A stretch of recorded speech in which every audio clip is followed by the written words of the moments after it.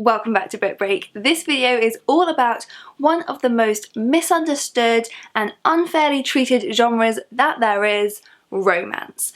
Romance has so many stereotypes and stigmas. People make such instant assumptions, a lot of people do, about what romance means. I used to do the exact same thing, but they're all wrong because romance is actually such a broad genre. There is a romance book, at least one romance book for every single type of reader. So this video is going to be a whistle-stop tour through the romance genre. I'm going to be recommending romance series for every type of reader to get really stuck into, whether you're a romance aficionado or totally brand new to the genre. And obviously this is just the beginning, so I'm really excited to see all of your recommendations in the comments. So let's start by acknowledging what we often think about when we talk about romance, and that is books that look a little bit like this. They probably have infamous romance model Fabio on the cover or someone who looks a bit similar. They are very, very clearly marketed for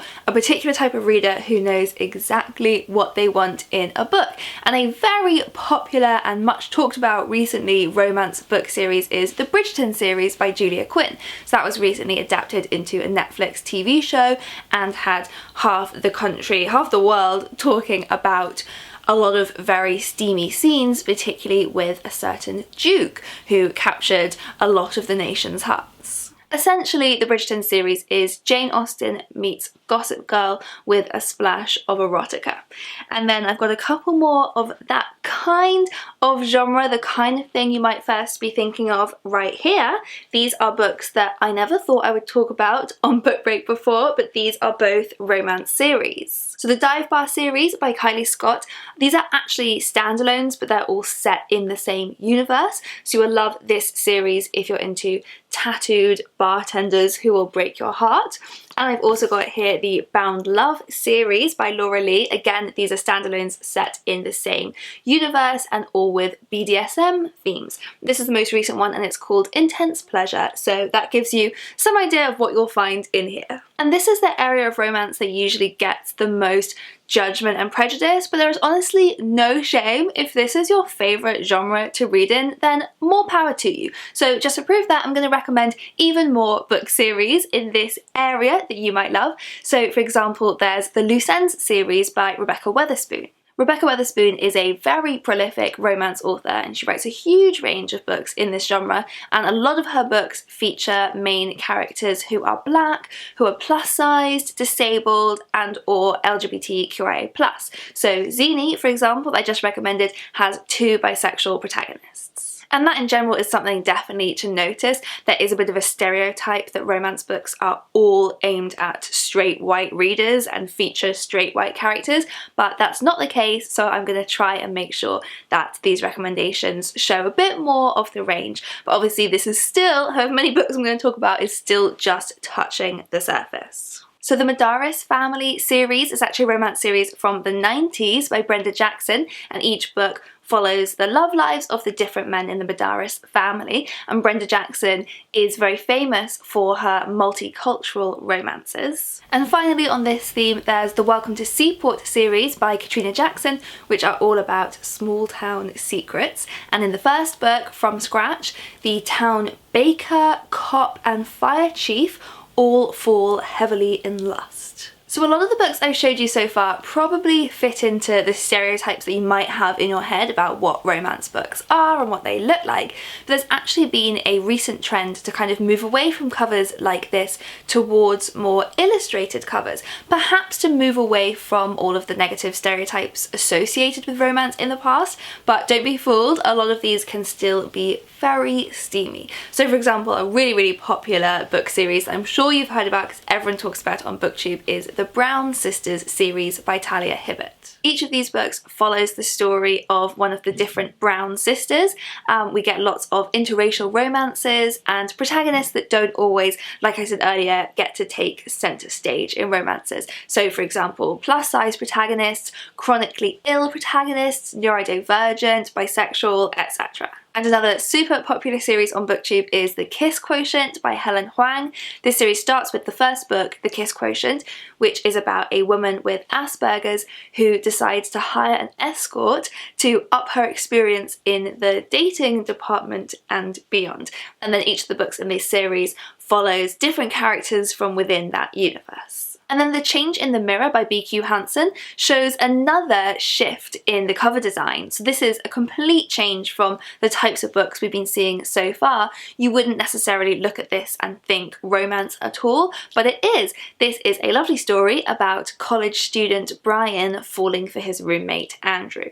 And then the next stereotype to smash is that all romance books are really erotica. That is not true at all. There's a huge scale, and romance can include lots of books more towards the rom-com end of things that might take a more fade to black approach to the sex scenes, or kind of skip the smut entirely and just focus on the more wholesome parts of the sweet love stories. Though I will say, before you read any of these recommendations, I haven't read every single series I'm going to talk about here, and there are gradations, so I can't guarantee that any of these will meet your exact comfort level. So if you do have a comfort level that you want to stick within, it's worth looking that up.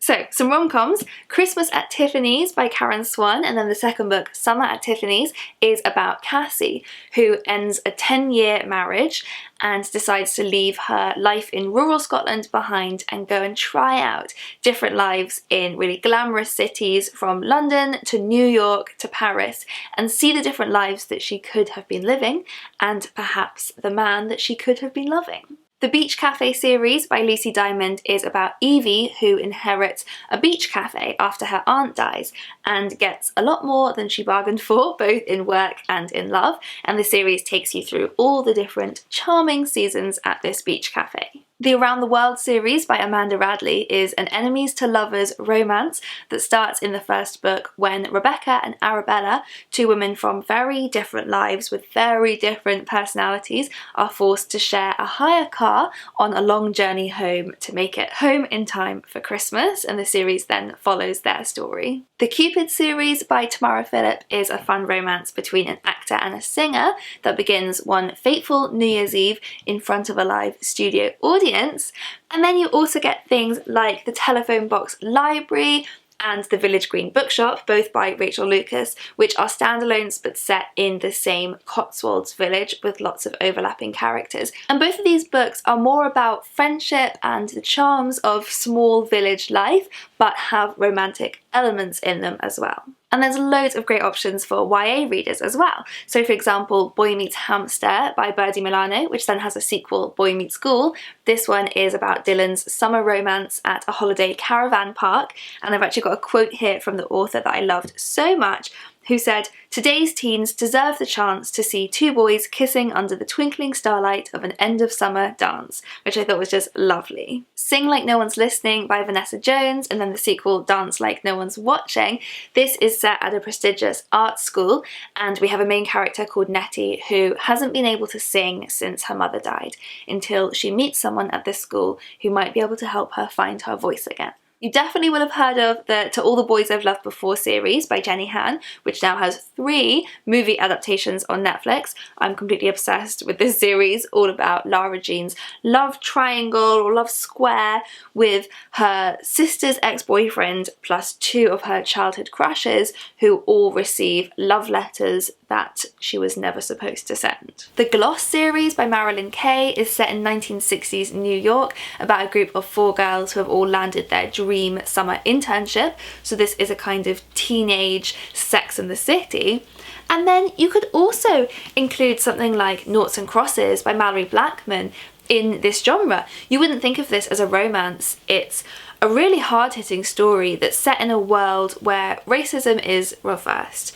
So black people have the power and white people are oppressed, and other than that, everything's pretty much exactly the same. So I read this one when I was much younger. It's a really effective way of highlighting the existing problems that we have in our real society, but there is also a heartbreaking forbidden romance that forms a lot of the driving force of this series. Okay, another very, very popular subgenre of romance is historical romance. So of course you have series like the Outlander series by Diana Gabaldon, which does have a very, very popular TV show as well. This one is about a World War II nurse who is thrown back in time to 18th century Scotland and falls in love with a dashing Highland warrior, Jamie Fraser. And I feel like a lot of people who love historical romance have particular time periods that they especially enjoy, so that might be 18th century Scotland, but if the 1920s are more your thing, you might like the Stitch in Time series by Joanna Rees. So this is a historical trilogy starting with The Runaway Daughter, and it's all set in the 1920s about a group of flapper girls dancing at a notorious London nightclub. Or there's the Queens of Conquest series by Joanna Courtney, which takes us all the way back to 1066. This is a really sweeping historical series, perfect for Philippa Gregory fans. It takes us to so many different places, different continents, and this series is about the three women behind the men fighting for the throne in 1066. The Society of Gentlemen by K.J. Charles is set in Regency England, and the trilogy follows three different gay couples, all male-male couples, who are thrown together in very unlikely ways. And then I couldn't talk about the historical romance genre without mentioning Alyssa Cole, who is a genre favourite. I mean, she writes both historical and contemporary, and she is completely beloved. So she's a bit of a legend in the romance world, but the Loyal League series is set in the Civil War era, and it is probably one of her most popular series. And we haven't even talked yet about paranormal romance, such a popular subgenre. So for example, there's the Immortals series by Alison Knoll. So this is a YA paranormal romance series about 17-year-old Eva and the new guy at school, Damon, who seems to be hiding something. And no spoilers, but this book does contain a lot of the things that paranormal romance books are beloved for, like, let's just say, eternal love and everlasting youth. Then there's the Night Creature series by Laurie Handeland. This one, all of the books in this series have the word moon in the title, so if you're looking for your next werewolf obsession, you know where to turn. And it's a long series as well, so there's a lot for you to get stuck into. You'll meet different characters in each one, but all featuring female characters who are drawn for various reasons to small towns where nothing is quite what it seems. And then there's the Spear Mission Files series by Ileandra Young. This is a lesbian vampire romance series about the relationship between a rogue private investigator and a field agent on a mission to rescue the mayor's son, presumed kidnapped by vampires. And paranormal romance kind of overlaps with sci-fi romance, so another lesbian romance series you might enjoy is the Exodus series by Gunn Brooke. This one is set in space, and it follows the romance between an admiral and a commander on a mission to find a new home planet for their people. But let's go back down to earth. If everything that I have said for the last few minutes has made you feel very, very out of your depth, there are also some great romance series for more literary fiction readers or feel-good fiction readers. So for example, I've got here Pages for You by Sylvia Brownrigg, which was initially a standalone, but with a sequel, Pages for Her, that came 20 years later. And this is about the romance between two women who meet at college. And the first book has a very bittersweet ending, so it's wonderful to know that this series does get continued. Call Me By Your Name by Andre Asserman is another one that was originally a standalone but got a sequel many years later. So the first book is set in Italy, and it's about the summer romance between a 17-year-old boy and an older man in his 20s visiting for the summer, and the sequel then picks up on fragments of their lives in the decades that follow. Or there's something like Bridget Jones by Helen Fielding. This I absolutely adore. It's a laugh out loud series following the romantic adventures and misadventures of 30-something Bridget Jones. I actually made a whole video on why Bridget Jones is such a wonderful, such a relatable heroine, so I will link to that video below. And honestly, I need to draw this video to a close, but the list just goes on. You can even find romance mixed with mystery, like the Adrian English mysteries by Josh Lanyon, though for that one, do be warned, you have to make it to the second book for the romance aspect to really kick in. The Seven Sisters series by Lucinda Riley is a sweeping historical mystery series. Each book follows a different sister trying to unlock the secrets of her past, and the romantic element is a secondary mystery aspect to each of these stories. Or there's romantic graphic novels like the Bingo Love series by T. Franklin, which is about the lifelong love story between two women now in their 60s. So, hopefully this video has helped expand any stereotypes you might have held about the romance genre and showed you just how enormous it is, and now I would absolutely love to hear your recommendations. There are so many subgenres, so many types of romance we didn't even get to touch on. There are so many very, very famous and beloved romance series that I haven't mentioned in this video, so I would love to hear what your favourites are. I will also link here to a video that we made before on epic book series in every genre, so if you're not quite sure about romance somehow after all of this, but you definitely like the idea of having a long book series to get stuck into, that's the video for you, and I'll see you next time.